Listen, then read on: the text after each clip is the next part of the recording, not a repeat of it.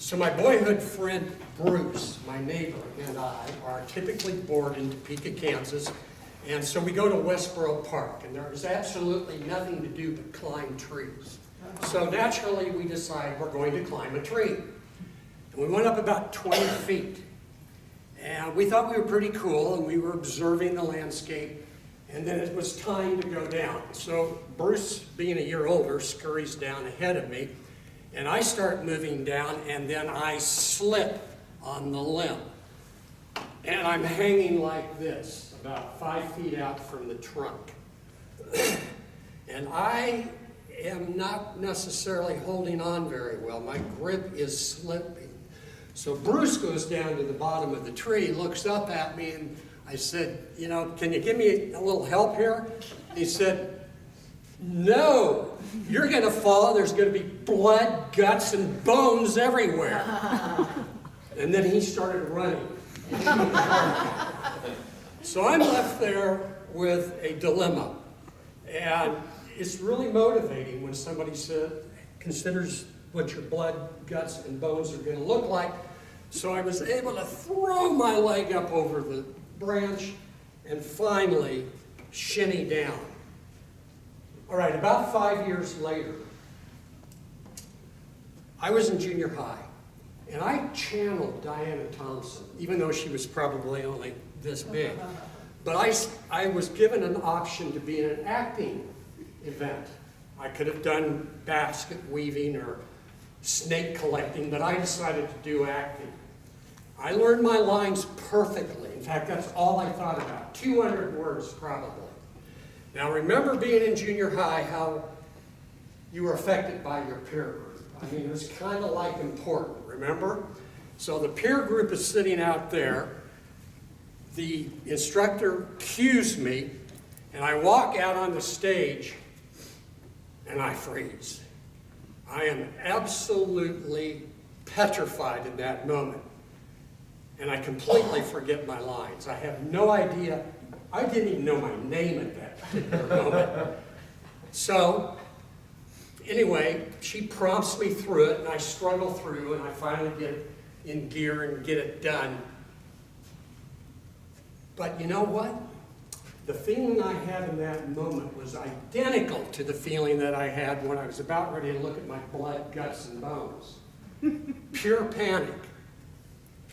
Now let's fast forward to 2017. Alex Honnold is climbing El Capitan. If you saw the Academy Award-winning movie about that, Free Solo, you know what I'm talking about. Now imagine this. This is a quarter, okay? This is another quarter. Now imagine Alex on a pitch like this. It's called the free blast slabs, and he's literally standing on a thickness about the width of a quarter. There are no handholds. There are absolutely nothing for him to hang on to. If one of those, his feet slip, he's dead. He's up 600 feet. That's like a 60-story building. But he's got another 2,400 feet to go up.